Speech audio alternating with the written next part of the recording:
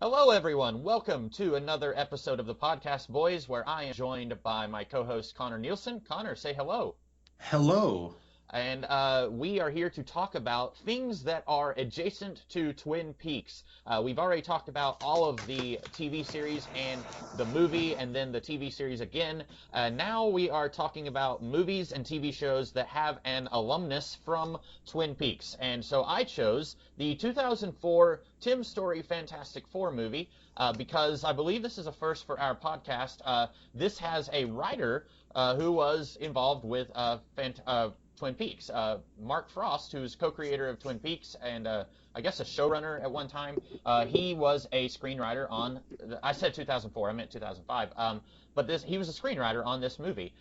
This was the Ioan Gruffudd, Jessica Alba, Chris Evans, Michael Chiklis joint from 15 years ago. Wow, time flies. Wow. Connor, why don't you tell us what happened in this movie? Okay. First of all, I want to apologize for everybody. This will be, on my part, the worst podcast we've ever done because I'm going on a road trip later and I got like 2 hours of sleep. And I woke up early to record this so that I could then travel. So Conversely, this will be the best podcast ever because you will be nearly not lucid. And so you'll ooh. listen back later and you'll be like, when did I say that? Oh man, I just start talking like a Grant Morrison character, just like complete bananas. Um, yeah, so the Fantastic, well, I guess not the Fantastic Four. That'll be when James Gunn makes the Fantastic Four movie, for the Marvel Cinematic Universe. But Fantastic Four is, yeah, as you said, co-written by Mark Frost, directed by Tim Story, and I had to look up how to pronounce his name. It's pronounced Ioan Griffith. Oh. Yeah, so it's Welsh, and as I've learned recently, the Welsh, what it says like in letters is not how you say it. Hmm. It's not that phonetic, I guess. You're familiar with the actor Ray Fiennes, right? Yes. And if you look at his name, it's spelled Ralph Fiennes. Hmm. Um, but the what we spell as Ralph in Welsh, that's like Rafe. What we would spell as Rafe. Hmm. And there's like actors like Rafe Spall, and that's not a very common name, but it's still like a name. And so yeah, that's Rafe Fiennes, and then people will just say it all together super fast, so it sounds like they're saying Ray, like it's a nickname for Ralph. Right. Yeah, so his name is Ioan Griffith, even though if you look at the letters, it's like Grufford. Hmm. Yeah, I had to look it up. So it stars him, yeah, Jessica Alba, Michael Chiklis, Chris Evans, Jason McMahon, Julian McMahon, and pretty much nobody else. And it is a very strange Hollywood experiment because now this is all conjecture on my part. It feels like there was a big Fantastic Four fan in Hollywood and who in the 90s was writing a spec script and said, okay, so superhero movies, they're not really like that popular, but like I really want to write one. So he wrote one with a budget in mind. He's like, look, I'm only going to get like $5 to $10 million to make this movie, so I'm going to write to my limitations. And then it like he optioned it, probably somebody bought it, and then it sat on a shelf for like 10, 15 years. And then all of a sudden, superhero movies were all the rage with Spider-Man and X-Men. And then 20th Century Fox says, oh, yeah, we got a Fantastic Four script. Let's just make this a movie. And the budget will be $100 million, and they didn't proofread the script or anything. And then that's what we got. So basically, what we have is a movie that only takes place in like a handful of locations that could be television sets, but it also has some, for its time, pretty decent special effects that are, they're okay. They haven't aged particularly well, but there's a lot of effects shots, and it's more or less the origin of the Fantastic Four. You have Reed Richards, and his friend Ben Grimm. They have an idea for, or specifically Reed has an idea for harnessing the power of an energy cloud in space, because why not? And then he goes to businessman empire guy, Victor Von Doom, whose secretary or assistant or whatever is Sue Storm, who used to date Reed and is like I guess went to school with them because I guess Ben was with them because she knows who Ben is, Mhm. and then she and Reed used to date, and then she's got a younger brother, and then they all go up into space together, and then there's like a big wave that comes and hits them, and then because they arrived on the space station like just seconds before it hit, and then they all get superpowers. Reed can stretch, Sue can turn invisible, Ben becomes a rock monster, and Johnny can like turn entirely his entire body can be covered in fire and he can fly. And pretty much the movie's like, that's pretty cool, huh? And so you got to look at them have their powers for a while. And then also Victor Von Doom gets lightning powers. So it's kind of like the Fantastic Five, except one of them was like the rogue who went in like the rock band wanted to go solo and fought off all the other band members. It's kind of like that. Yeah, that's the Fantastic Four. I'd never seen this movie before. It was marketed like you would not believe when it came out. I remember the marketing, and it was on TV regularly, like after it hit like home video. So I'd seen a couple of scenes from it, but I never actually sat down and watched all of it. But I think you are familiar with this movie, right? Yeah, this was probably like my fifth or sixth time watching it, but I was pretty familiar with it. I was maybe, well, I guess I was about 15 when this came out. I was thinking I was a little younger, but I remember it coming out. I one time we must have gone on like some kind of road trip where my mom bought me and my sister each like a magazine to try and like hold our attention. It must have been like one of those kind of road trips, and she got me an issue of Starlog magazine, the only issue I ever owned or read, and I remember it was heavily featuring like promo material for this movie, and there was interviews with some of the cast, and I remember reading up on this, and I was not super familiar with the Fantastic Four, but I remember thinking, well, maybe this will be good. This was early to mid 2000s where like we were starting to get superhero movies, but it was a gamble on if they would be good. You had movies that generally were well liked, and then you had movies that nobody liked, and so we weren't really sure where this would fall. And I'm still not really sure where this falls in regards to early 2000s superhero movies. Yeah, and that's just a big like spot, like a big blind spot for me, generally speaking, because before yesterday, I'd never actually seen this movie. I still have never seen the sequel, Rise of the Silver Surfer. I've never seen Hulk. I've never seen Daredevil. I've never seen Elektra. Until last year, I'd never seen the Hellboy movies. There are a few that I'm probably blanking on, but yeah, this whole kind of like Ghost Rider's another one, but this sort of and Superman Returns is probably like the last of them, but yeah, this era of mid the 2000s superhero boom. I mean, I loved Batman Begins. That came out the same year as this when I was a kid, and I saw the Spider-Man movies and I've seen the X-Men movies, but I also didn't see the X-Men movies until further down the line, like 2014, when Days of Future Past was coming out, when I finally caught up on the X-Men movies. Yeah, how do you feel about this movie, Comics Kid?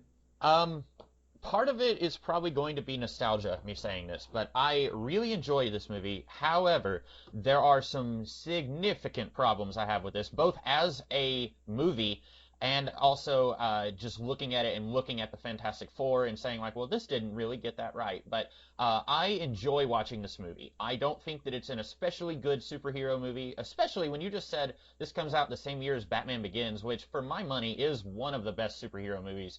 It's really surprising to me like this came out the same year as that. But like there's a lot about this that I really enjoy, and then there's a lot that this does wrong.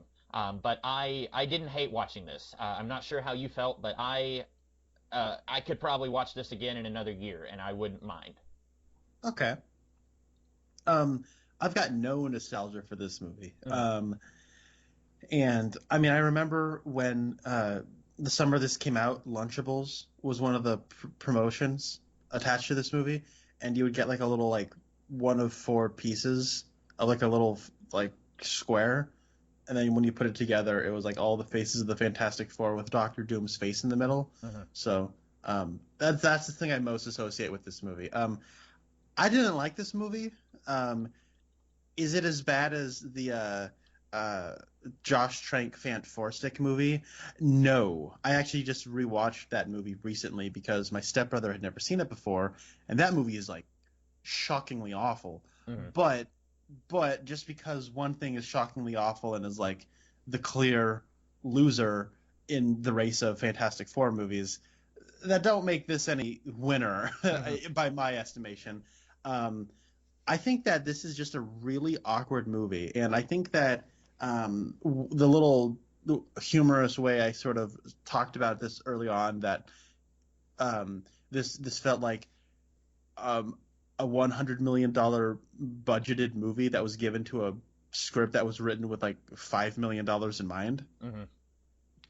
That was kind of a joke. Well, and that's like one of like many options of how you get a movie like this. And when I looked into it, the more common reason showed itself. This movie spent forever in development hell, and it went through, like, I think Tim Story was the third director, and like Mark Frost was like the last, like the third writer that they brought in to just do it. And then even after he left, apparently Simon Kinberg did uncredited rewrites of the draft, and I'm trying to remember. And then I guess when The Incredibles came out, they needed to like adapt and like remove shots and add shots and everything, so that they had to change the story so it wasn't so similar to The Incredibles. Right. And yeah, so and then when stuff like that happens, it's no wonder when you get a movie like this. But I guess what it comes down to is I didn't like the pacing of this movie, because I feel like they shot a lot of scenes. It's like they shot all of the scenes that would be in like trailers and TV spots and marketing and promotional materials, and then they didn't have enough money to shoot like the scenes that is properly established characters, that develop characters, that just kind of slow down and let the plot unfold naturally. When we get to the third act, I've got no idea why anybody's doing what they're doing, and it's really confusing to me. But that being said, there is an affection for the Fantastic Four in this movie that is somewhat endearing. Like, it's not a cynical movie, you know, and it's like maybe it came from a cynical place where they just been trying to make a Fantastic Four movie forever. But I do feel like Tim Story likes the Fantastic Four. I feel like Mark Frost likes the Fantastic Four. I actually looked up an interview with him after I watched it. And when it actually is just being a Fantastic Four movie, it ain't that bad. Unfortunately, it just decides to become a Fantastic Four movie in like the last 20 minutes. But I mean, it's a better Fantastic Four movie than Fant Four Stick, so that's kind of cool. Yeah, I don't know. I'd say I didn't like this movie. I'd probably call it a bad movie, but it's far from the worst thing we've talked about on this podcast, and it's far from the worst Fantastic Four movie. But I guess it was just kind of, more than anything, what I got out of this was like an educational aspect of what a not Batman Begins 2005 superhero movie looks like. So I agree with you that the pacing is the worst thing about this movie. I also agree that this has an earnestness for the material that I really appreciate. I'm not the biggest Fantastic Four fan. I've dabbled in the comics here and there, but this makes me want to love the Fantastic Four in a way that the Fant Four Stick movie makes me hate the Fantastic Four. I also recently rewatched that movie, and it is by a mile worse than this one. But the pacing, let's talk about that. I really appreciate that the movie wastes no time introducing all of our main characters. Within 10 minutes, they are on the space station, and I feel like it does a pretty decent job saying this is how this character's connected to this one. You know, Reed went to school with Victor, and they went to school with, you know, Ben went to school with them, and Jessica Alba went to school with them. They all went to school together. You get that feeling just in a couple lines of dialogue. For my money, I think they do a pretty okay job setting all that up. I also somewhat recently watched the 1994 or 1995 Roger Corman Fantastic Four movie on YouTube, and that's a movie that apparently was never technically meant to be released to the public. They just made it so that this company could hold the rights to the Fantastic Four for another decade. But this movie does what that movie should have done, in that really quickly you get, okay, this is how all these characters are connected instead of spending 10 or 15 minutes setting stuff up in flashbacks. But um, I like that, like, okay, Ben Grimm, he worked at NASA, and he worked with Chris Evans there, and then Chris Evans, his sister, works with Victor, and I like that we don't have to spend a whole lot of time setting up who these characters are and how they're connected to each other. We're just right out the gate, we hit the ground running, and then we're in space, and then once they get their powers, there's about an hour of this movie where all that stuff you said, the scenes where it's like, this is what, if they went on the Ellen DeGeneres show, this is what the scene they would show, and then she would say, oh, so tell me about that, like there would be all of those scenes in the middle where there's just a whole lot of nothing that happens in this movie, and then for the last half hour they become a superhero team and fight the bad guy, and it is problematic. I enjoy watching this movie, but that's the part I'm saying where it's like, I will not stand here and tell you it's a good movie because, like you, there's character motivations here that are either completely absent or just don't make a whole lot of sense, specifically with the bad guy. But I think most of the actors are pretty good. Given my druthers, I would choose an older actor to play Reed Richards. That's a thing in the comics in the early 60s. He was a World War II veteran, so he was already like kind of older, but all of these Fantastic Four movies choose a super young guy, and I don't have a problem with I won't be Mr. Griffith. Is that correct? Yeah. I don't have a problem with his performance. This is actually the second movie we have talked about on this series that. That's right. But I don't have a problem with his performance. But if it was me, I would have chosen like a George Clooney type from around this time, like someone who's just a little bit older and a little bit already gray around the temples, And by the way, that's really silly how it's like, oh, it's cosmic radiation is why he has gray hair. But I don't think Jessica Alba is great, but I don't think she's bad. I've seen season 1 of Dark Angel, which came out a few years before this, and I think her acting here is an improvement over that. Chris Evans is amazing. I never once in this movie was I thinking, why is Captain America acting like a d-bag? But because he disappears into this role, in my opinion. I think he's great. I think Michael Chiklis is a page-perfect Ben Grimm. That's about where my compliments end. But yeah, what you just said though, like you kind of have like you said like that's kind of where my compliments end. But what you just described in a Fantastic Four movie can get you pretty far. Mm-hmm. And so I guess if we're going to talk about the characters and like the performances, I don't really have an issue with any of the performances necessarily. I have big issues with the way the characters are written. I don't really like any of them, but like I think the actors are doing a pretty okay job. Growing up, I always heard people talk about how bad Jessica Alba is in this movie. I don't think she's that bad. I mean, Jessica Alba as Sue Storm is kind of like casting Denise Richards as a nuclear physicist in a James Bond movie. I get that because she looks like a swimsuit model, and it's like it's one of those things where Sue Storm is supposed to be like a beautiful woman who has like an Atlantean god who wants to get, or an Atlantean king who wants to get with her and all that kind of stuff. But it's like there's different kinds of sexy, and like that, like Jessica Alba's swimsuit model is not what Sue Storm is. You know what I mean? Mm-hmm. I've maintained get Naomi Watts to play her. Mm-hmm. I don't care how old she is. She's like perfect in my head. And while we're at it, MCU, like I know everybody's like, get John Krasinski and Emily Blunt to play. They're married in real life, And like, yeah, that's like that's like getting Danny DeVito to voice the Lorax.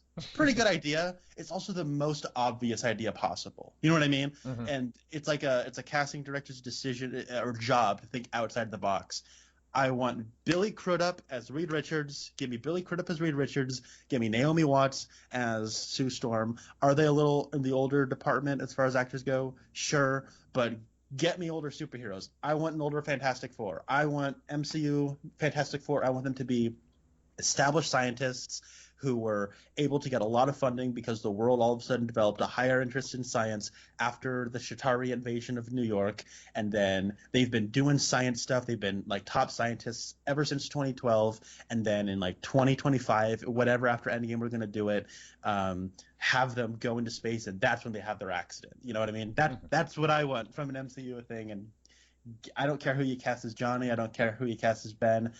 Get me Billy Crudup and Naomi Watts. Okay, I'm going to stand off my soapbox now. So, or did you want to respond to that? No, those sound great. Billy Crudup might be too busy appearing in every Zack Snyder movie from now until the end of time, but it sounds good to me. But I guess to your the actors, I feel like Ioan Gruffudd does a good job of kind of playing sort of aloof and not exactly socially adjusted guy. I always kind of, whenever I read Reed in the comics, I always sort of think that I haven't read a whole lot of, I've read New Avengers, which he's in, but I kind of pick up on like Jonathan Hickman in that was sort of writing him with this sort of like spectrum disorder in mind. It never gets brought up, but like there's like certain ways that he's like written and the way he responds to others. It's sort of, and I think that's sort of a decent way to maybe play Reed. And I think he does that pretty well. My issue is that he doesn't really look like a scientist, and this is a pretty difficult role to, I think, catch, because it's like you have to be a little socially removed and introverted and introspective, but you also need to be like believable as a scientist. And it's one of those things where he does look like a drawing, but he also doesn't he looks like it's like have you ever seen SpongeBob Comics Kid? Yeah. Do you remember that episode where Squidward gets hit in the face and he turns handsome? Yeah. It's like you can say it looks like Squidward, but it looks like the Hollywoodized, fresh version of Squidward. And that's how I feel about Reed, where it's like, yeah, it kind of looks like Reed, but it also looks like the model version of Reed. It's like, yeah, obviously there's a comic book character and they're going to look super nice and all that, but I don't know. Johnny Storm makes sense, but I think like Reed and Sue, you got to go for a different kind of elegant. You got to go for more like elegant, classy kind of attractive, as opposed to like young and sexy. But yeah, I don't know. What I've realized after watching The Losers and now this is that Chris Evans is better at doing Ryan Reynolds' shtick than Ryan Reynolds is. Yep. But Chris Evans hasn't built an entire career around it, and he is so much better at it. And I think, like, as written, Johnny is really annoying, but I think that the way he plays it, he makes him significantly less annoying than if they had cast Ryan Reynolds in this part. Yeah, I would have hated this movie if Ryan Reynolds was in it. Now, to be fair, you do hate most movies that Ryan Reynolds is in because Ryan Reynolds is in it. Well, I hate the shtick, like you were saying, that annoying, because he was years ago. For the, we both met via the Who Reviews the Reviewers competition on Geekvolution. I did a comparison video between the two, the Amityville horror movie with James Brolin and the Amityville horror movie with Ryan Reynolds, and Ryan Reynolds is good in that, and I was surprised. I was legitimately surprised that he wasn't doing the Van Wilder thing that he does in every performance. And so, like, if he was in this, he wouldn't have been doing a different performance. He would have just been doing the Van Wilder thing, and I would have hated it. But like, I think he's capable of acting. It's just he usually doesn't. Yeah, and it's one of those things where I actually just watched Green Lantern for the first time a couple of days ago. And I mean, that movie's horrible. Oh my God. I was not prepared for that. But like, it's weird. Like, I also, like, I don't hate like Ryan Reynolds like the way you do, like his shtick, but a little bit of it goes a long way for me. And it's like, I think that Ryan Reynolds, he's like a very handsome guy. He's committed, and like you can tell he's taking, like, when he's acting and he's asked to do his shtick, he's like, okay, I'm gonna do it. And it's like, I bet like working with him is like really good because he seems like a really professional actor, but I also don't particularly like watching him do his thing. Right. Yeah, it's weird. I guess this week I'm just knocking out all the superhero movies I never watched, because I also watched the Green Hornet movie with Seth Rogen. I That would was not good either. I would say between the two Green movies, I would rather watch Green Lantern again. Oh, really? Okay. Yeah, I used to hate the Green Lantern movie, and then I watched it again last year and did not hate it nearly as much as I used to. I think it has some really bizarre plot problems, but I didn't hate it as much as I thought I would. Yeah, that first act felt like a trial run for Suicide Squad to me while I was watching it. Hmm. I mean, it doesn't. It's not as bad as Suicide Squad or Justice League, but it ain't much better in my eyes. But yeah, okay, we're so off the beaten path now. But I actually watched like 4 movies in a row and the reason I watched these specific 4 in my vetting process was they all have the word green in the title. Mm. So I'm just gonna watch all of these ones. I watched the Noah Baumbach movie Greenberg that stars Greta Gerwig and Ben Stiller. I watched the Matt Damon action thriller that he did with the Bourne director Paul Greengrass. It's called Green Zone. And then I watched The Green Hornet and then Green Lantern. So it was interesting. Okay. Anyways, let's get back to Fantastic Four. Yeah, I don't know. So I guess when it comes to like these characters, I have like pacing issues right off the bat. Is like the opening scene of this movie should have been the second scene of this movie. I feel like the opening scene should have been banter between Reed and Ben as they're preparing to go over to Victor's place. Hmm. And I know that like they have a little bit of banter as they're there, but it's the kind of banter you have when you're like when you have your plan and all of a sudden like you get nervous or you're feeling intimidated. It's like the right kind of banter for like the second scene of the movie. As is, it just starts off and it's immediately like, okay, Reed is here because he needs to get funding from Victor, and he's a little nervous because Victor's super rich and kind of intimidating, and Ben doesn't really like care. You know, he can see right through like people like putting up a big front or whatever, and it's like immediately doing all of that. And it'd be cool to like have an opening scene where Reed is confident and has like his whole pitch that he's gonna do, and then the second scene he feels intimidated by it, but Ben is still not. Hmm. Boom! This is what we call character like development, right? Like immediately, like character establishment and character development. Here's how the characters are friends. Here's how they differ.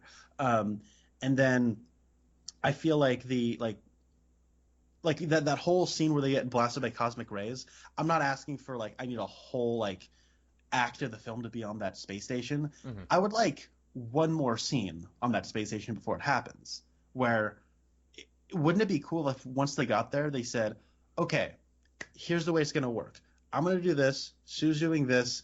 Johnny's doing this, and this person's doing that, right? And this is the way. This is the plan, so that they outline what the plan is, and then you can see the plan go wrong as the solar thing catches them by surprise. Hmm.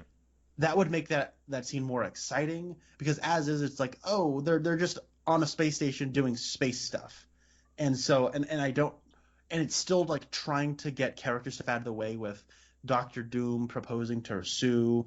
And like all that stuff's going on, and it's one of those things where they're trying to get all the character establishment out of the way while they're also trying to get you through the origin story, and it's like a little it kind of actually plays a little bit better than I might expect, but it still like doesn't quite fit together in a way that feels natural to me.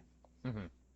I can see that. Yeah. I guess for me, because you're right. I think they wanted to get the origin stuff out of the way as fast as possible, and I'd seen this a few times, so I kind of knew what to expect. So it didn't bother me at that point, but like later in the movie, that was when my pacing problems really started to show up.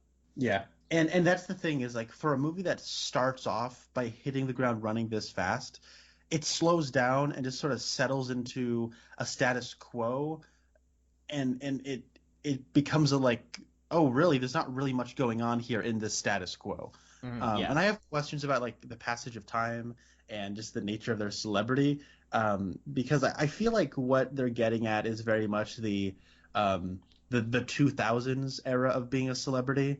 Like when I was growing up, it was all about tabloids and oh, Paris Hilton's on the cover of this magazine, and on the cover of this magazine, Lindsay Lohan's like on something in a car, and you know what I mean. Like I remember growing up, that's how I consumed like or like I was aware of current events is magazine covers, kind of like Hollywood drama news and all that kind of stuff. Like, and that stuff's kind of gone out of favor. And I feel like the rise of that in popularity came from reality TV. Mm-hmm. And so this doesn't make the Fantastic Four reality TV stars, but it makes them instant celebrities the same way like a reality TV star would become one. You know what I mean? And so I feel like it's trying to do something similar to that. And I think that's an okay adaptation of the Fantastic Four into the 21st century. But I feel like they don't really do a whole lot with that besides, look at guys, they're kind of like celebrities. And that's about it. Mm-hmm. Yeah. I think, we had talked about this earlier, but pretty much because once they get their powers, then Ben, accidentally causes a massive pileup on a bridge, and then that's your big, that's really the first big action scene. I don't count when the big energy wave is coming towards the station. I don't really count that as an action scene. So your first big action scene is the bridge, and it looks great, but also, that's pretty much it as far as action scenes until they start fighting Victor in the last half hour of the movie. And you're right, it's kind of, the movie is resting on this idea of what if they were, celebrities that you would see like on a magazine when you're in the aisle at the grocery store. And it's like, okay, what else are you going to do in the movie? And the answer is not a whole lot. There's just characters so for example, there's a scene where Johnny, he goes and does some dirt bike jumping at this place, and then he gives the Fantastic Four their code names, and then Ben goes and he crumbles up Johnny's car, and they get in a little bit of a fight. And this is stuff that I would expect to see in a Fantastic Four comic. But also, that would be the stuff in the first 3 pages of a Fantastic Four comic, where it's like, oh, Johnny just did a wacky prank, Ben is upset, and then you hear Reed's voice over the intercom. He says, guys, Dr. Doom just used his time machine to go back in time and change the outcome of the Punic Wars. We've got to go stop him. And then something happens in the rest of the issue. And with this movie, it's like, all of this stuff feels like it's stuff that would happen in a Fantastic Four comic, but it doesn't get to the part where it's like, this is what you came here to read. You know what I'm saying?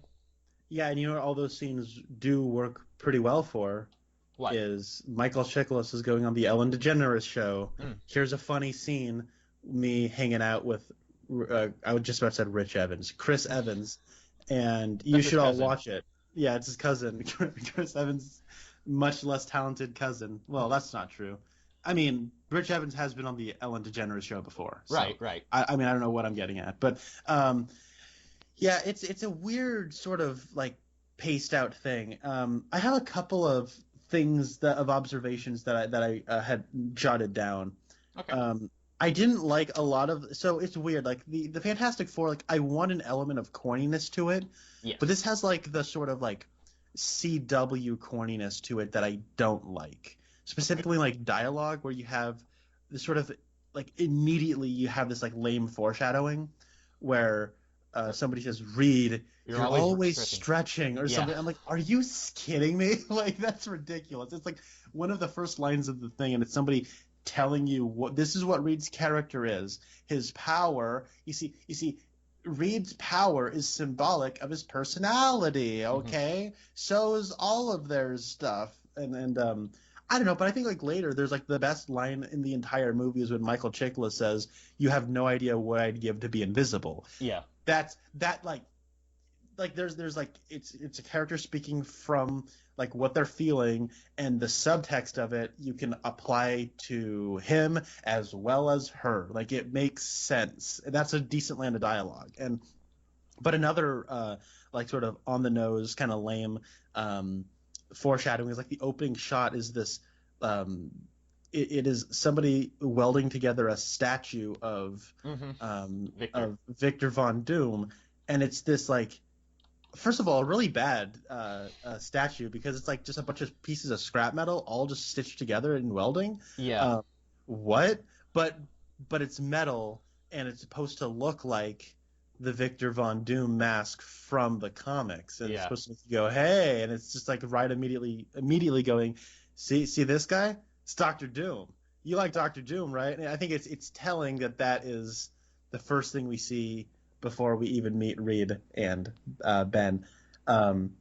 Also, while I'm on the nose of criticizing Victor Von Doom's aesthetic choices, what the heck, dude? You're a billionaire and you're wearing a suit without a belt or suspenders? Like, what kind of fashion crime is that? Come on, dude.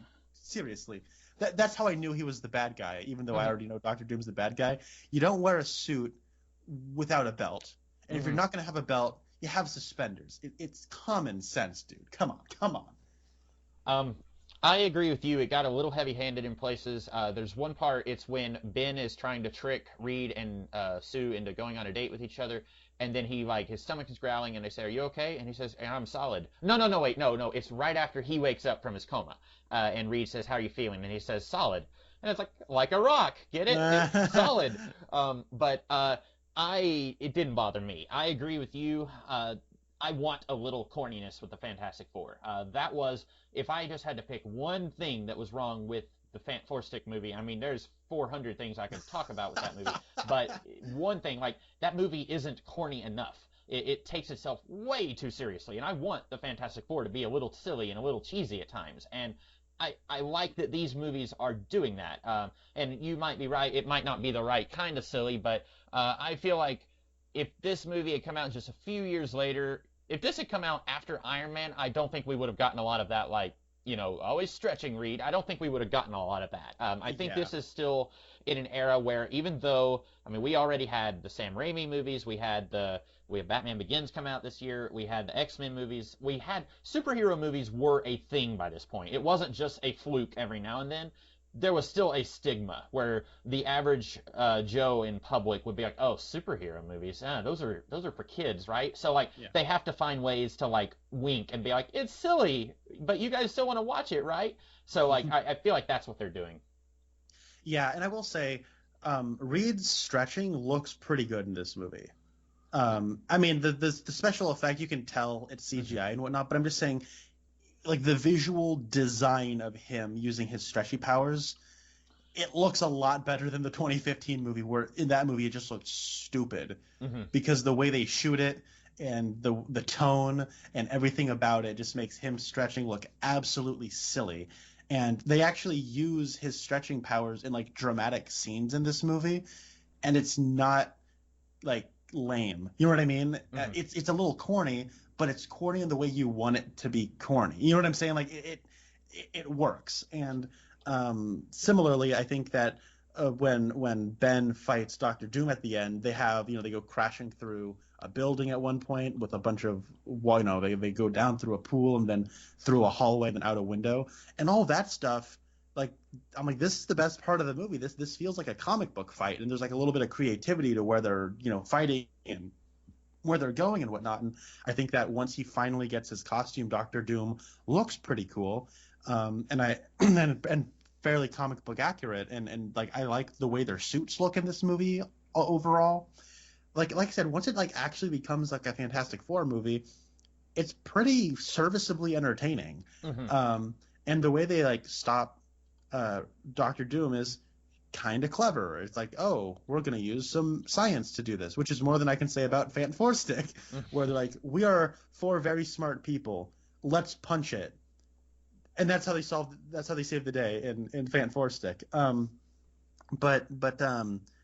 Yeah, I still got a lot of issues with these characters, though. And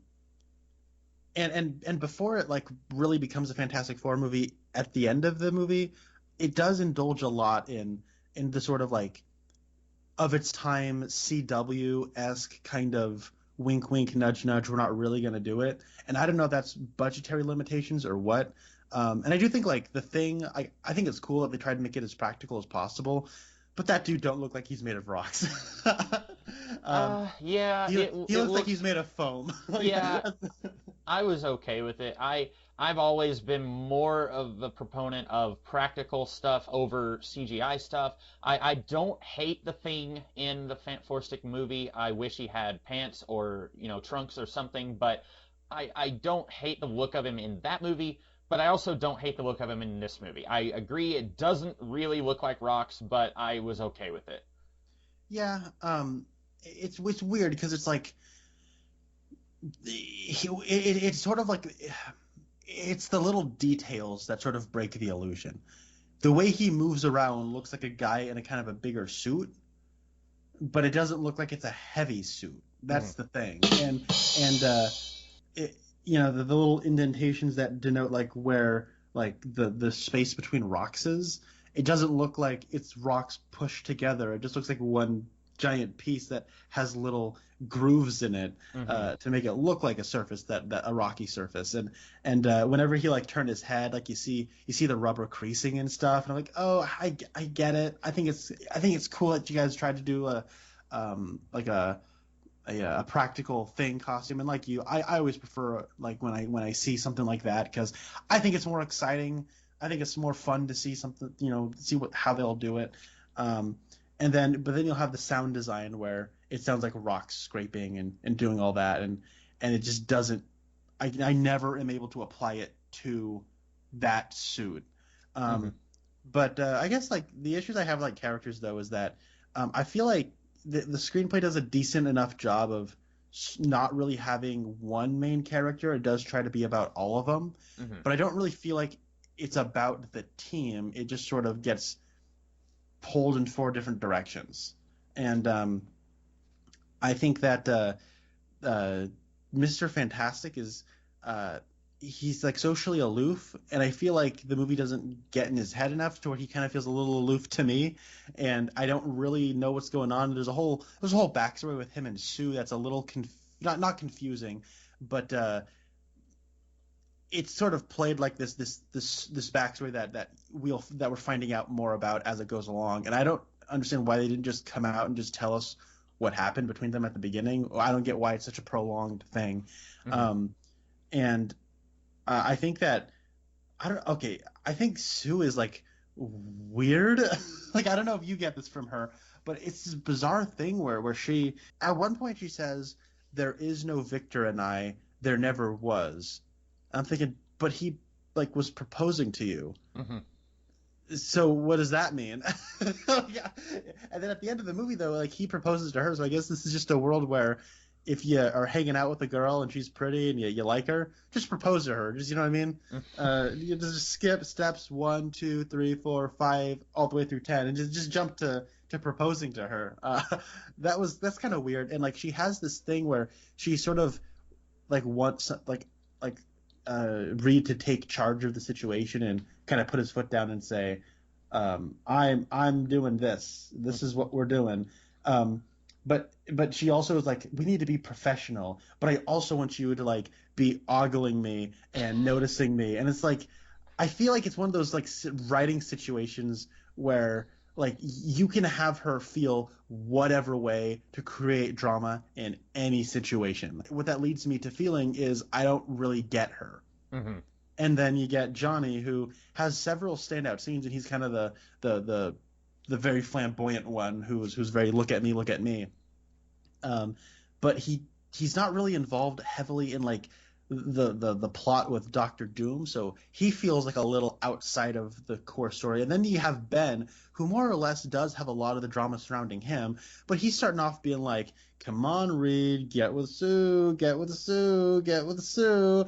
And then they start doing it. He's like, how could you do that? And he was like so easily like swayed by Doctor Doom being like, wow, can you believe it? Reed is spending time with Sue. And he's like, what? Like, but you told him to do that.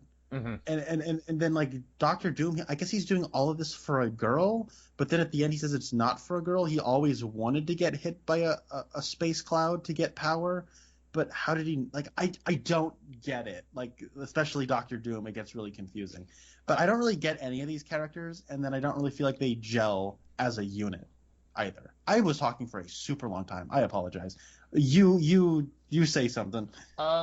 Let's see. Mark Waid, who wrote the Fantastic Four for a little while, around the time when this movie, his run might have ended just before this movie came out. But he made a good point that with the Fantastic Four, you need to be able to have a good dynamic between any two of them. So, like, that scene you said about Ben and Sue talking to each other, where Ben said, like, I would give anything to be invisible. Wade went through, like, this, he wrote this, like, pretty lengthy little text piece talking about his goals with the Fantastic Four comic. And if you're out there, if you could get your hands on that and read it, it's interesting. I read it. It's reprinted in one of his Fantastic Four books, but like he talked about how like Sue and Ben, they're like really good platonic friends, and they'll go watch movies together and make fun of bad movies and stuff like that. And then like it talked about how like Reed and Johnny, before they got their powers, like Reed would use Johnny as like, it's gonna sound weird, as like a guinea pig in experiments, and Johnny was like really excited for it, and like Reed was also like had a childish enthusiasm for science also. And so like he talked about how like you need to be able to take any two of the characters and find an interesting character dynamic. And this movie, of course, part of the problem is it's only an hour and 40 minutes long, and so you don't have enough time to explore all of that. But also, even if they did have enough time, I don't know if they could have found a good dynamic. Like Sue and Johnny, basically their only dynamic is she is like the team mom, and she says, stop being immature and like lighting your finger on fire. That's like the scene between them. And then later he says like, leave me alone, like they love me. And watching the movie, when she said like, do you really think these people care about you? I was thinking, I don't remember there being a scene where like where Johnny finds out that the people don't care about him, but they're setting that up. And then, of course, it doesn't happen, like, because that's right before Victor starts trying to pick them off one by one. And so, like, Johnny leaves, and it's setting it up in a way where it's like he's going to go out and he's going to be like, I wish I had a friend, and he realizes all these people just care about is his celebrity, but they don't do anything with that. But, like, you know what I'm saying? Like, no, I absolutely do. I'm glad you're pointing this out, because I agree with you. And, like, there's some scenes where it's like, okay, this could have been great if this was like I say this all the time, if this was like a 13-episode Netflix series, then this would be, you could really sit down and just explore these character dynamics. Like, how does Reed and Johnny, how do they interact with each other when they're not punching Galactus in the face? And you get a scene where Reed says, use your powers for a higher calling, and Johnny says, you're so boring and you're never out there having fun. And it's like, both of these men are right, but I don't know if the movie knows that. I don't know if the movie is settling on one side or the other, or if it's just like, no, like, Reed is right and Johnny's wrong, or Johnny is right and Reed's wrong. Because they're both, they both need to budge a little bit. And if this was longer, or if we had more screen time, we could have played around with that a little more. Well, you're right. And like, this movie is pretty short. It's an hour 45. Mm-hmm. And I don't think and I guess there's an extended cut that puts in 20 additional minutes. I did not know that. I guess it puts in more stuff with Johnny specifically. I guess I get why it was cut. Like I just said, like a lot of that stuff doesn't really connect much to like Reed wanting to like turn them all back, and then Doctor Doom's plot to kind of trick everybody. If that even is his plot, I don't really know. We'll get to Doctor Doom. I've got things to say about that. Yeah, but that what you just said, like about Mark Waid, like that's absolutely on the money. Like you need to like that's cool. I like that, like his analysis there, because I don't know, like in this, like when you were talking about, I want to see this as like a 13-episode miniseries on Netflix. I think this, like, you can really make the argument for that, because it sort of sets itself up as a premise for something like that to happen, where they're just kind of waiting around for Reed to get this thing done. Mm-hmm. And you can do a lot of character interactions and like kind of deeper dives with that premise, but just as is, it doesn't really have enough time to do much of anything. And I get a little confused in the middle, because you have a little montage. I don't know how long that montage is. I don't know how long they're staying at the Baxter Building. I mean, I guess long enough to where they've run out of toilet paper, and so Reed needs to like reach really far and grab a new roll. But I don't really know how long it's taking, because I mean, it is like, oh, look it, guys, the Fantastic Four just showed up on a bridge, and then there's a quick montage, and then Johnny goes out to the BMX thing, and then all of a sudden it's like, it's Johnny Storm, guys, from the Fantastic Four. Can you believe it? He's here. And then all of a sudden they're like massive celebrities, and like I'm like, how much time has passed? And they're getting a little impatient, like a little cabin fever, and like Ben is like really losing his patience on waiting for Reed to do his thing. And I'm like, Ben, you're the one who knows him better than anybody. Why are you not the one who like understands that he wants to get every little detail right? Mm-hmm. Also, to that point, later, Mr. Fantastic like goes inside of the thing. I got to rephrase that. He goes inside of his invention to like reverse the powers, and then it's like he starts melting because like it's affected his powers. Like he's like involuntarily mushing away, and then I guess later he's just fine. He just needed some like Tylenol or something. Like I don't get what that's about.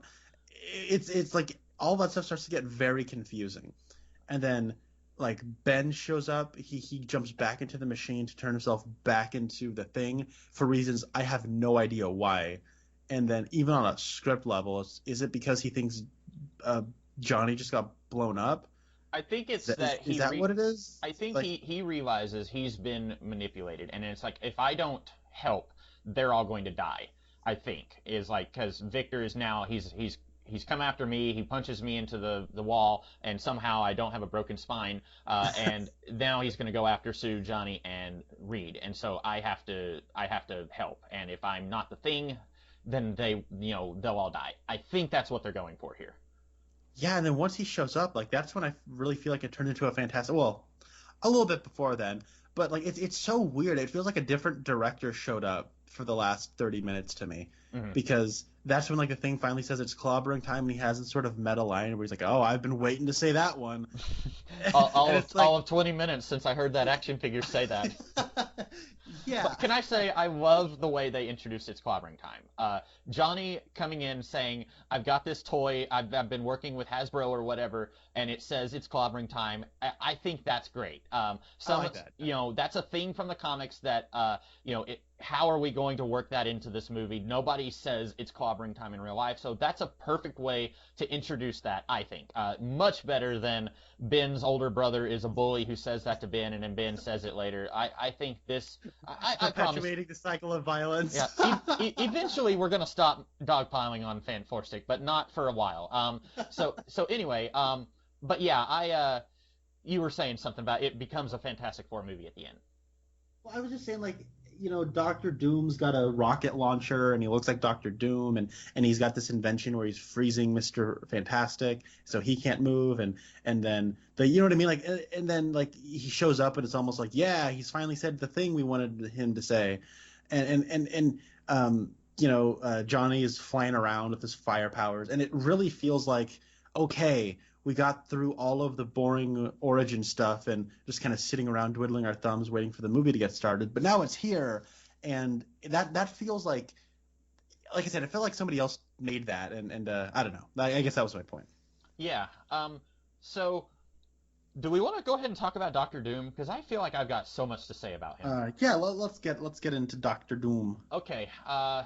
I don't know if Julian McMahon is a bad actor or if I just really hate this version of Doctor Doom. But they basically said, what if we did 1980s John Byrne Lex Luthor instead of Doctor Doom?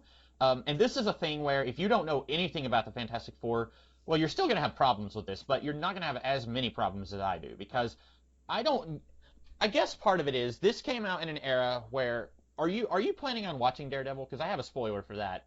I mean, sure, but I plan on watching it at some point.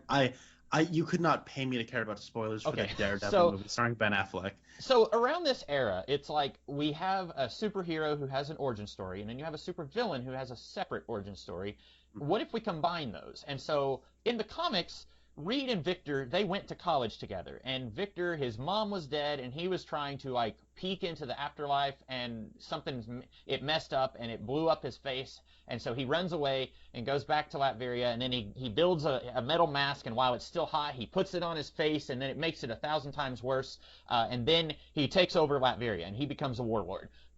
Absolutely none of that is present with this character. This is just evil, smarmy businessman, and I guess they were thinking it's going to be really difficult for us to have the Fantastic Four's origin in this movie and also have a bad guy who comes into conflict with his team, but we're going to have to do that separate. So we're going to have to combine their origins. And they do the same thing in Four Stick, where it's like, what if Doctor Doom is also with them when they do the thing? But like, I get that. It's like, this is a short movie, hour and 45, but like, even less when you take out the credits and stuff, but like, I don't understand why.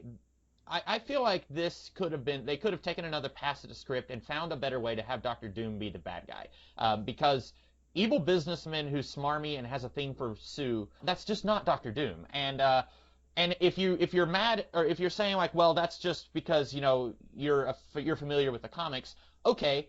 My problem with this movie and how it portrays Doom is that we start off, he's just greedy, and he says, well, I want 75% of the profits. And Reed says, okay. So then they get up there, and then it's like, oh, and also, Dr. Doom, he likes Sue. And Sue, she sees him more as a colleague. She doesn't see him that way. And then they get back to Earth, and then we spend like 2 or 3 scenes of Doom like talking to his shareholders, and I kept expecting them to say, "You're out, Norman." Yeah. But and you talked about passage of time, okay? When you're watching scenes set at the Baxter Building, you get the feeling that weeks have passed. But then, intercut with all of those scenes, you get scenes with Doctor Doom, where you feel like days have passed. And at one point, the board of directors says, "I'm giving you a week to turn this around." And then later, Doctor Doom, he kills the doctor, who says, like, you're turning into metal.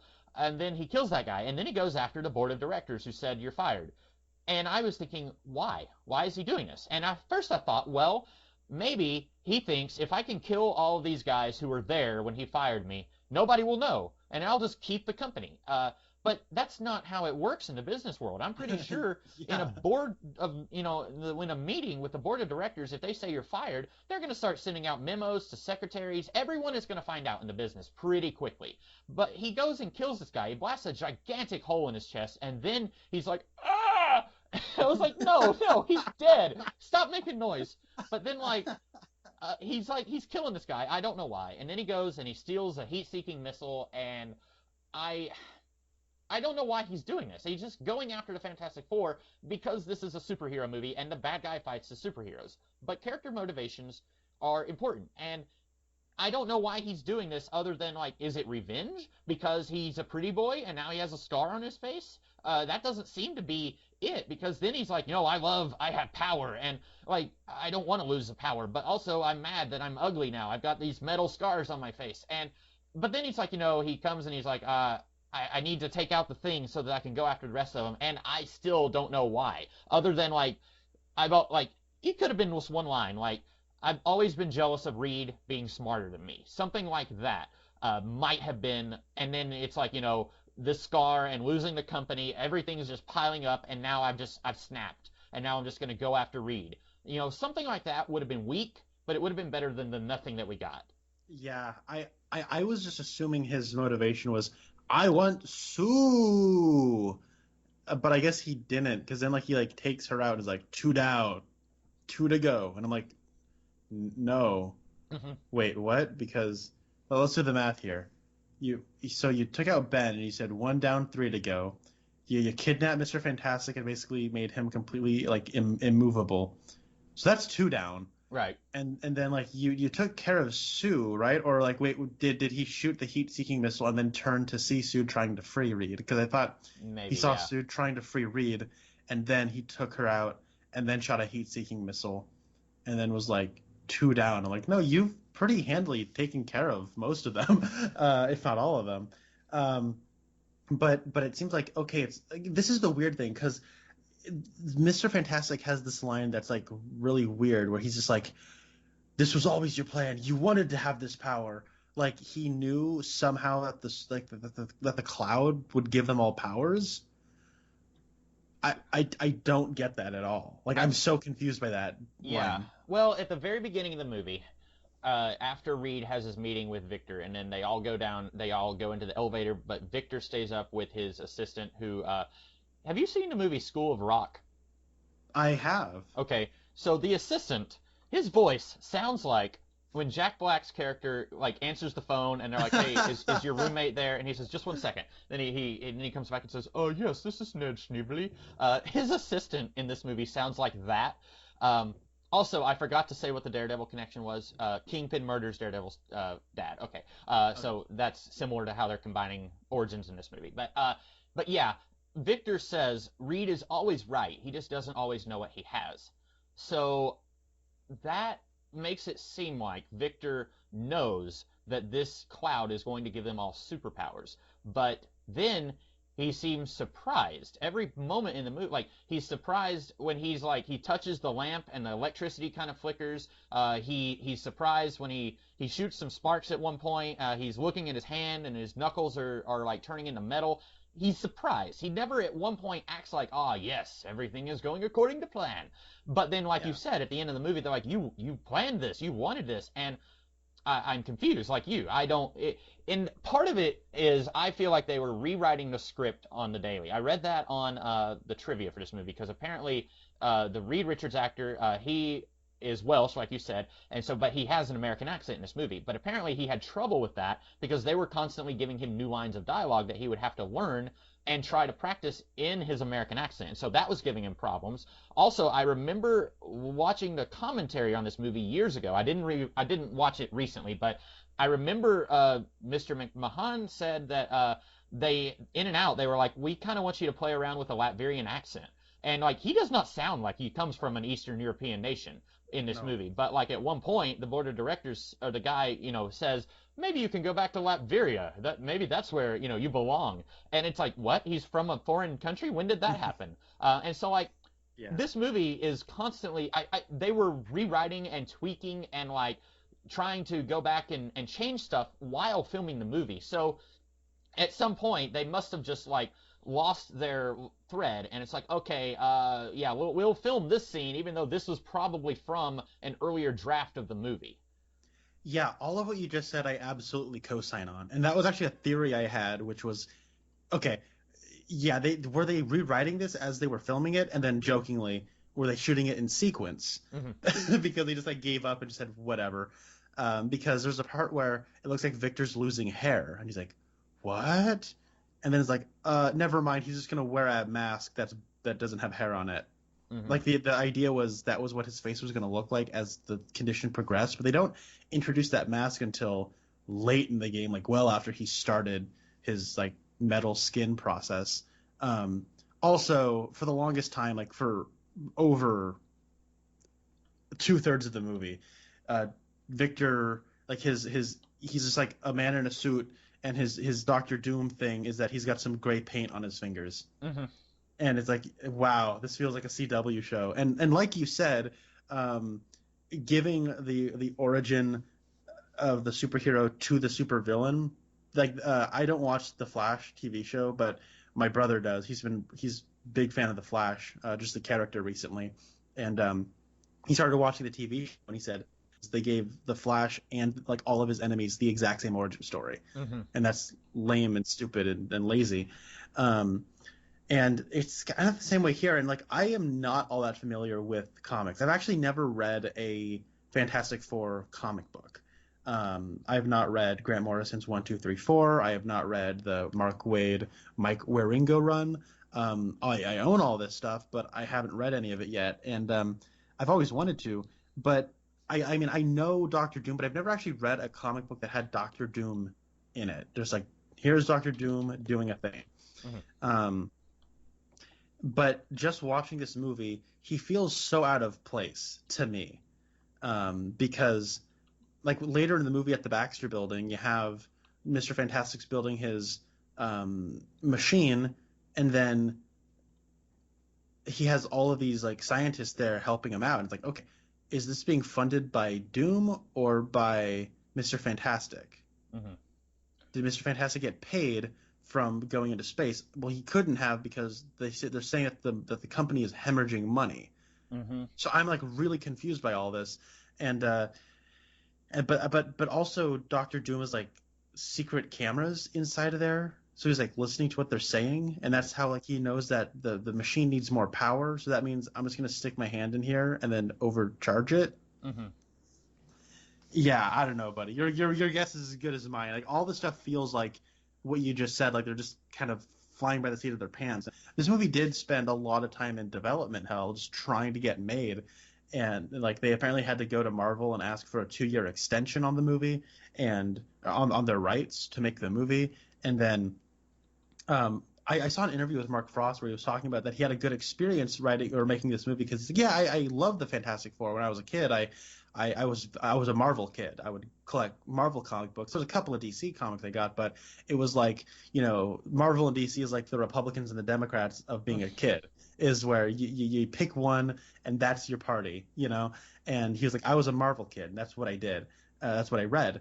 And so he was like, it was really cool to like try to, make this movie. And he's like, the first one I enjoyed working on because it was this big project that they had that had been, gone through several hands, and it was my job was just steer it in a direction, which is what he was told to do. So it was probably just like a job of his. Like it sounds to me like he was kind of a glorified script doctor. Yeah. Where he like was looking at everything, saying, okay, this is what's working, this is what's not, this is what the studio says they want out of it. Because Peyton Reed, I think he was gonna direct this movie, and apparently he tried 3 different takes on it, and then before he just left and said, me and the studio just have different ideas of what this is supposed to be. And so I guess I don't know if Mark Frost was brought on before or after Peyton Reed, but then like that's what he said. He said, oh, but the second one was kind of like a really bad experience because they had a date set before they had the movie, and like it sounds to me like writing the second one was more like what it would have been like to be on the set of the first one, and he just as a screenwriter was like, okay, here you go. This is like basically me steering you in the direction you're supposed to go. I'll take my check and I'll get out of here. And then like we've said, they rewrite, like Simon Kinberg did like uncredited rewrites, and they were like rewriting it and remaking it as they were like kind of making it, and all that kind of stuff was going on. So yeah. Also, this doesn't really have anything to do with this movie, but apparently a few years before this, I don't know how this lines up with The Lord of the Rings, but Sean Astin, who was Sam in The Lord of the Rings, he wanted to direct the Fantastic Four movie, and I don't remember exactly when this was. There's a video on YouTube, it's like an hour long, talking about all the different almost Fantastic Four movies that we got, and Sean Astin was really campaigning hard, and he said you could have put the characters of the Fantastic Four in a lineup and he couldn't have picked them out. He said he knew nothing about the Fantastic Four, but he really wanted to do this, and so he went and he got a hold of this script, and then I don't know if it was this script or if it was like a version of a script, or you know what I'm saying, like sometimes you'll hear people say like, when you go to the Man of Steel trivia page on Internet Movie Database, and they're like, originally this movie was going to be done by J.J. Abrams and McG, and it's like, no, that was a different Superman movie. But he after he found out about the script, he ran to a comic book store. He called a comic book store and he said, I want to buy every Fantastic Four comic you have. And then he did all this research, and the producer, someone was like, you don't have a lot of directing experience. Why should I give you this job? And he said, you know how you take what was his analogy? He said, you know how you take a pilot and you put them in a flight simulator, and that's their practice. He said, I have been through that flight simulator. I have worked on all these movies in different capacities as an actor, so I know what needs to be done. And it sounded great. Now, the problem was, at the time, Sean Astin did not have a lot of directing experience, so I don't know how it would have turned out. But also, he said he wanted Gwen Stefani as Christina Aguilera as Sue Storm, and I immediately was like, nope, I don't think so. I'm not Jessica Alba is not the worst in this movie, but I'm not just crazy about it. She's a gorgeous human being, but I think I'd rather have Jessica Alba over I don't know what Christina Aguilera's acting would have been like and what she could have brought to this movie, but yeah, that was weird. And so like you said, there was a lot of development hell for a while surrounding this movie. Yeah, and I didn't actually know. I saw somewhere that said before Jessica Alba and Christina Aguilera was considered. I had no idea it was connected to a whole Sean Astin version of this.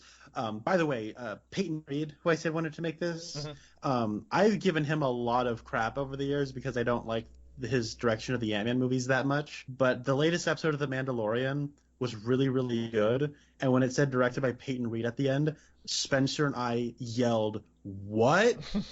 Because it was really, really well directed and exciting and fun and suspenseful, and it was really good. So, and if anybody's curious, it's the one where they're in the ice cave in the second season. That episode, I was like, oh, this is really fun. And when it said Peyton Reed, I was like, maybe I spoke too soon about the good Peyton. But yeah, we were talking about the passage of time in this movie, and like I said, the Fantastic Four, it feels like they have been quarantined for weeks and weeks, but then like with Victor, it feels like it's just been a few days for him. And I feel like what happened was they film all these scenes, and then whoever edits this movie is like, okay, it's been a while since we've had a Victor scene, so let's throw a Victor scene here. It's kind of like the 1989 Batman movie, where it's like every other scene is a Batman scene, and then every other scene after that is a Joker scene, and then like every third scene will have Vicky and Knox talking, and so it's like, yeah. But like in the script it may not have been written that way, but then the editor said like, well, let's change it up.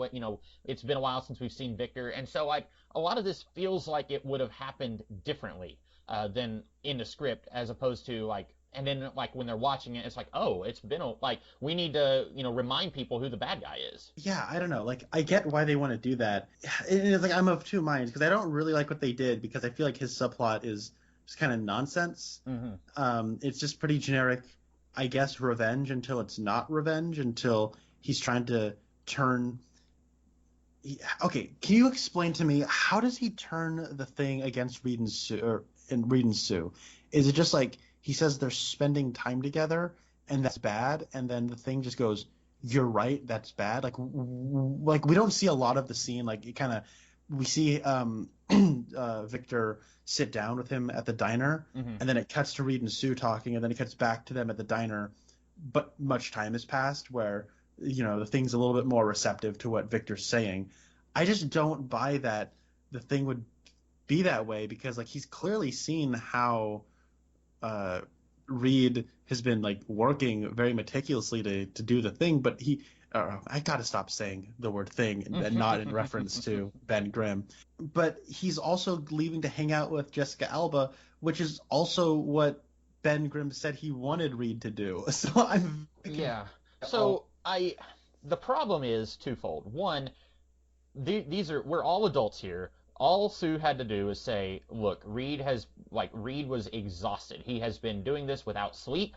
He wasn't going to get the results that you wanted. Like, I remember when I was in college, I was nearly working myself sick on an essay. I couldn't figure it out. It was just, I was having trouble just getting it from my mind onto the paper. So I went and swam at the YMCA, did 20 laps or whatever, and in the process of swimming, I was like, I got it. And so I finished swimming, went back home, just hammered it out, and got an A, and it was fine. Sometimes all it takes is just to take a break, take a step away from your work, and go and do something else, and let it breathe a little bit. And Reed might want to just sit down and do it. He's really smart. He might want to be the kind of guy who, I just want to get this done and figure it out on the first try, but it's just not how it works. And so, and like you said, Ben has known him for years. He should know that, Reed gets like this. He wants to just figure it out, and he can't always do that. And so, maybe in college he would take a break from this project and go to another project. And so, Sue should have said, Ben, Reed, how he is. He was, he wasn't sleeping, he wasn't eating, he was just working on this. I took him to go eat some lunch, and now he's going to be much more refreshed. He's going to be much more likely to figure this out. These guys they all know each other. They know how each other operate. Even when you take out the weeks that they've been living together, these three have known each other since college. Victor is not trustworthy, and Ben knows that. Ben has not trusted Victor at once in this entire movie, but then suddenly Victor buys Ben some pancakes and says, well, they're hanging out with each other, so Reed probably isn't trying very hard. He's probably deliberately stalling so that he can spend more time with Sue. And even with Reed being as socially inept as he is, if he wanted to spend time with Sue, he would figure this out for Ben and then just spend time with Sue, if that's what he really wanted. It's problematic because this movie makes Victor out like he's this master manipulator, but he hasn't been that before now, and No. Ben has no reason to trust him, and so it doesn't work. I agree. Yeah, a lot of the stuff with the bad guy plot, I was confused what it was even doing. I guess, is there any other thing you want to cover here? Because Johnny, go ahead. I'm sure there is stuff that I'm going to forget about. Like when we were talking about the founder, I can't believe I didn't bring up franchise, franchise, franchise. Yeah. That is a meme that's an inside joke between my brother and I, and sometimes Rasco now too, where all we do is we'll say, hey, how come they're making an Ant-Man 3? And it's go franchise, franchise, franchise. So Yeah. I agree. The franchise thing, that's something I'm surprised isn't more popular on the internet. But I Johnny Storm, you said that Johnny is kind of irritating, and I agree. I do like that we get to see moments where both Johnny and Ben, where they are heroes, but they don't know that things are going to work out well for them. That's something that I remember seeing someone, and I don't remember who this was. They were talking about Marvel Comics, and they talked about how like, oh, these guys are only heroes because they have powers, and I was like, I don't think I can meet you with that. Like, you have Daredevil's origin in the comics is he runs and pushes an old man out of the road, and then he gets the stuff shot in his eyes, and like he's a hero before he gets the powers. Bruce Banner runs and pushes Rick Jones in a ditch, and then he gets the radiation and becomes, what I'm saying? Like, these are people who are heroes, and then they get powers. And like, there's a part in the movie on the bridge where Ben, there's a guy, he falls on he's on the scaffolding above the bridge, and then he falls down, and there's a giant semi-truck coming towards him, and Ben, like, runs and gets in the way and, like, braces himself. And, like, yes, he has his powers, but Ben doesn't know what he's capable of. That truck could flatten him for all he knows, but he gets in the way to save the guy. And I like that. Johnny, as selfish and hot-headed as he is, there's a part where a little kid is about to get blown up because a hydrogen tank is like, there's a fire and there's, something happens, and Johnny sees it, and he jumps and he shields the kid. And yes, he has his powers at this point, but he doesn't know that he's going to be fine when, this explosion happens. He might still, get, a piece of metal debris might hit him in the face from the explosion. So even though he knows he has powers, he still selflessly, he jumps in and he saves the kid. And so I like that we get moments like that, little things like that. Johnny, when he sees the heat-seeking missile coming towards the building, he jumps out of the building. He doesn't know he can fly at this point. He's had some near flights, but he doesn't know he can fly. And so, like, he risks his life to save his sister, and I guess Reed is up there at that point, maybe not. Yeah. Oh, no. I think Ben. it's his sister and Ben, yeah. Okay. Although I gotta question that, though. Yeah. If it's a heat seeker, isn't it going to seek where the most heat is? I don't know. It just seems a little odd that it would follow Johnny. Yeah. But, well, yeah, maybe. Because it looks like when he has the sights on, it looks like Johnny is like much hotter than everyone else, even when his powers. Oh, you know what? You're right. You're absolutely. You know what? Scratch that. That was You're right. But then like. You're right. But I like that Johnny. He's like, I don't know if this is going to work. Hopefully. And so, even though he is quite often the most irritating character in the movie, I still like that we get to see glimpses of that, where it's like, okay, he's redeemed himself. He's not the worst character in the movie. I do think you touched on this earlier. I think that I think Sue and Reed's relationship, a lot of the problems here basically just boils down to Reed is indecisive and Sue wishes he wasn't. And like you said, the movie builds up to that, and it's like, oh, that was your the thing you were building to. I don't know if you've ever seen the movie 30 Days of Night. I pretty much hate that movie, but at the beginning of the movie, Slade Wilson from Arrow, he says to the woman from Kangaroo Jack, you could come and I'm sorry, Melissa George, that's her name. That's the sentence I never thought I would hear when I woke up this morning. I'm going to be perfectly honest. But he says, they have to stay in town for 30 days. The planes aren't running. He says, you could come and stay with me and the wife, but you'll have to tell us why things didn't work out with you and main character. And she says, there's not enough time in a lifetime to explain that. And basically, things didn't work out because one of them wanted kids and the other one didn't. And it's like, that's it. And this feels like that. This feels like, what if we had characters and relationship problems? But then it's like, the relationship problems, like, I think high schoolers could have probably, like, worked this out better than these two. Like, but it's like, this is most of the movie is them arguing over that. Or not arguing, but it's like, there's a tensity there. Yeah. Oh man. Okay. So one of my favorite cliches it's a bad cliche, but it's funny bad. Whenever you have like actors in their late 20s to 30s having to like recreate high school, it's always funny, or college. And like you have like that part where Jessica Alba opens up the memories book from that Reed has from college, which by the way, he pretty smooth criminal there, just planted it in the guest room. That's higher level thinking there. See, Doctor Doom, Reed is smarter than you. So she's flipping through it, and it's like, oh, college memories, and it's the two of them, and they're dressed up, and their hair is different, and it's always funny because they still look like they're late 20s, early 30s. And I love that in the movie I, Tonya. There's a part where Sebastian Stan and Margot Robbie have to act like they're 14 or 15 years old, and it is like, that's a good movie. That is one of the most unintentionally hilarious scenes I've ever seen in a movie, because those are two fully developed adults. It's really funny. I don't think any high schoolers got muscles like Sebastian Stan. I hope not, because that would make me feel very inadequate. But, yeah. I wasn't sure if they like CGI'd, like, here's a picture of Jessica Alba from when she was in college, and then let's CGI that over, like, these two high school students, like, put that over their faces. I wasn't sure if they did that, or if they just like you said, changed their hair, kind of like Batman Begins, where it's like comb the hair a little bit, and it's like, oh, he looks different. Yeah. I have a feeling it's the latter, because typically this is just what you do in these kind of things, and Photoshop wasn't really the monster it is today when 2005. So anyway, this is one of my favorite things. Whenever there's like an old photo, I always try to pause and see what it looks like. Yeah. And if I wanted to make your job harder, I would say, and right now he's posting a still of it on screen. Yeah, I don't know how much more I have to say about Fantastic Four. I mean, it was pretty cool to see a blue Marvel logo at the beginning. I've never seen that before. I didn't even pay attention to the logo, did it? So it wasn't like the page turning, the images flashing like it usually is?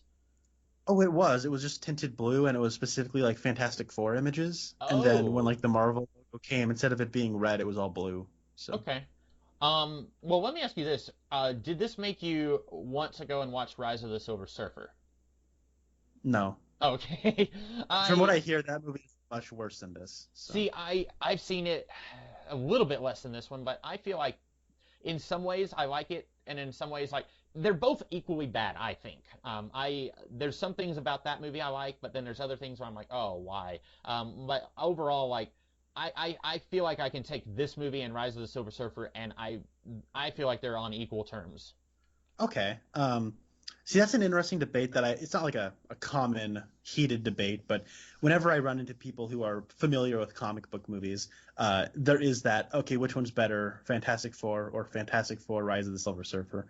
Let me see if Rise of the Silver Surfer is on Disney Plus. It is not. If it ever comes to Disney Plus, I might check it out just out of curiosity. So, okay.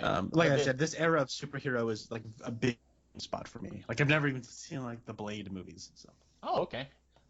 See, it's a thing where it's like, at the time, we took what we could get. Like, I remember I really wanted to go see the Daredevil movie in theaters, and I ended up, like, I made a deal with my parents where it's like, I will, help you guys do this thing, and then you got, one of you takes me to the movie. And so, like, that was back when it was like you were lucky if you got a superhero movie in a year, and now you get 5 a year. And so it's like, well, every year except 2020, but, like, so it's like, I mean, we have gotten some superhero movies even still. Yeah, just like not at the highest what am I trying? Not as many as sometimes we get, but yeah, this movie, even I don't know if I would say it's nostalgia, because I really have only seen it maybe 5 times, but I think it's just where I feel like, yeah, this in some ways feels like a Fantastic Four story that I really love watching, but also there's just not much of a story, and that's the big problem I have with the movie. But I didn't really notice the character problems didn't jump out to me as much as they did you. But now that you pointed them out, I'm like, oh yeah, this is quite a bit more problematic even than I first thought. I'll say, like, as far as like a general viewing thing goes, if I'm just throwing something up to like fold laundry to, I'd say this probably fits that bill pretty well. Like, if I have a kid and they want to watch superhero movies and they want to watch this, I've got no problem with that. Yeah. So, yeah, and I'd say, like, yeah, you could do a lot worse. I remember when my Daredevil story is, I remember the TV spots scared me because I was like 6 when that movie came out, and it was like, it looked really dark and scary, and it's Daredevil, and he's got like this, like, low voice, and there's rain, and there's people with like swords looking intimidating or whatever. And then I was like, hiding my face, and I'm like, I don't want to look at the Daredevil. And Hmm. my mom was like, oh, I had no idea it was a Marvel Comics character. I had no idea. She was like, but my mom was trying to comfort me by saying, oh no, he looks like Bible Man, Connor. I would have been like, ah, that's even worse. Like he looks like Bible Man, and it's like if my mom had just explained to me, oh no, it's like a Batman movie. Hmm. It's a comic book character. My mom doesn't know who Daredevil is, so she wouldn't have said this. But it was Hmm. just like it was just one of those things. We're trying to like say this thing that's like for children is like this other thing that's kind of darker and grittier and like made for like teenagers. That did not work, and I'll never forget that because that's when like, that memory always makes me laugh. Yeah, that's funny.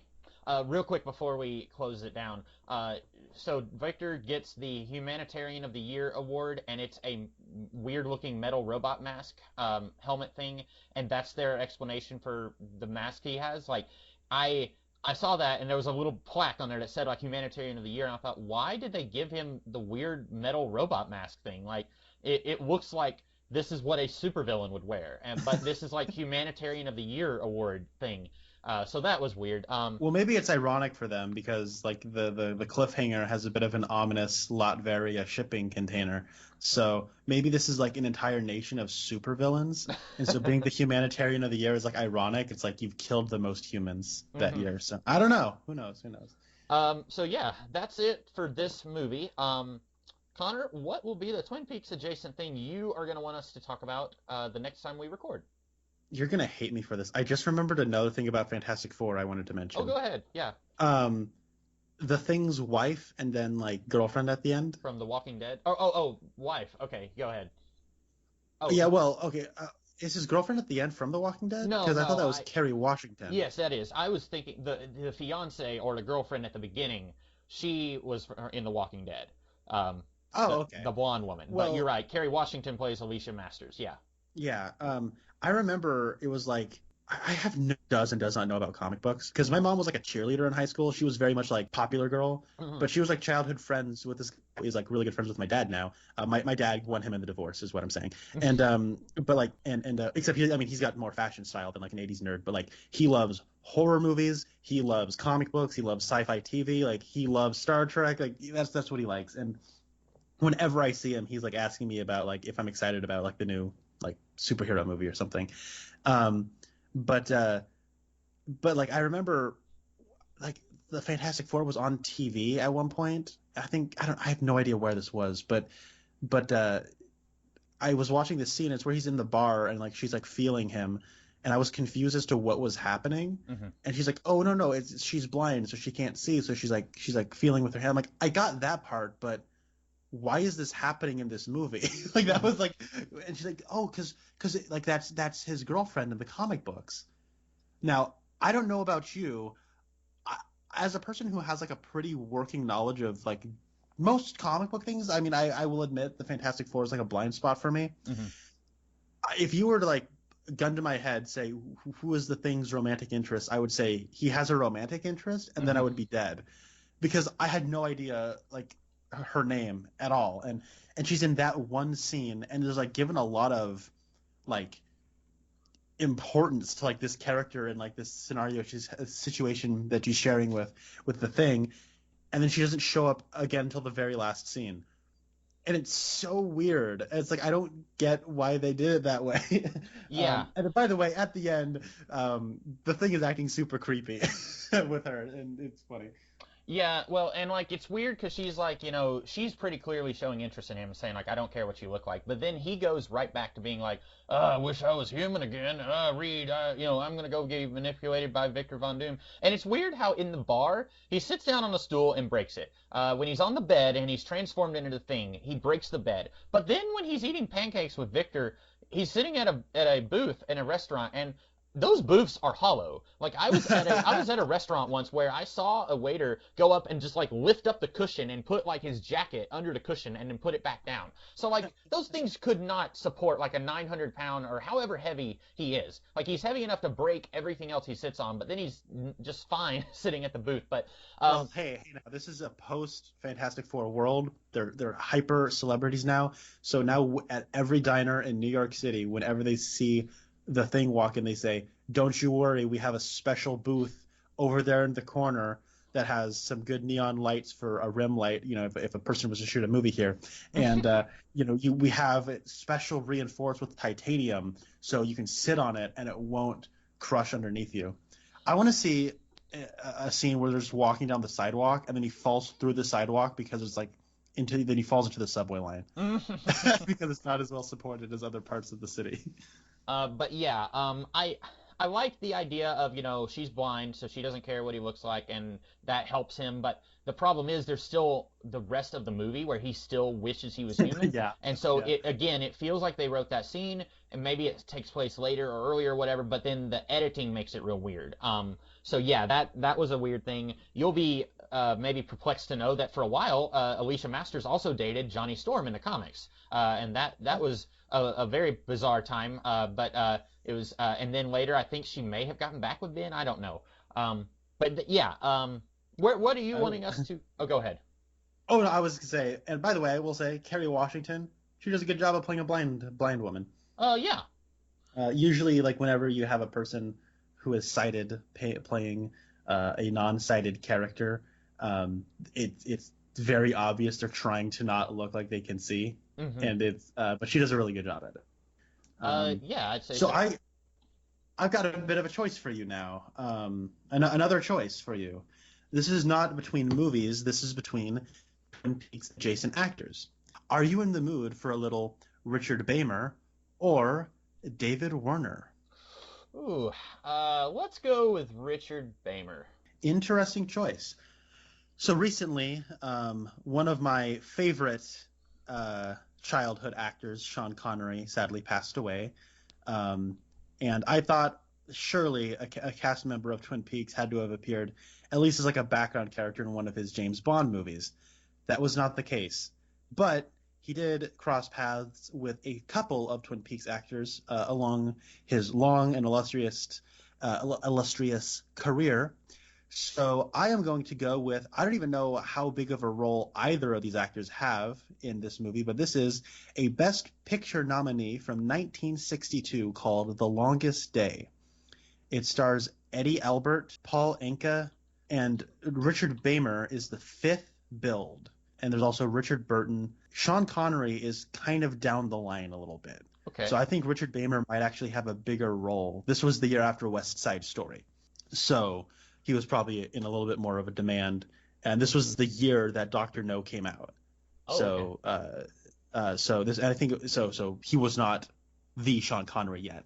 Right. So anyways, that's what I'm going to go with. 1962, The Longest Day. That's my pick. I've not seen this movie, so I got no idea. This is always in an effort to not have the blame on a bad movie on me. So, No, I totally understand that. As I feel like I've been on that end of like, I've accidentally chosen garbage like 5 times in a row. Not counting the Fantastic Four. I pretty much knew what I was getting into there. So, The Longest Day looks like a war movie. So that'll be interesting to see. Has some actors that I have heard of, but am not just super familiar with. But we'll talk about that next time. And in the meantime, I am the Comics Kid 2099. and I'm Connor Nielsen. And we'll see you guys later. Have a good one.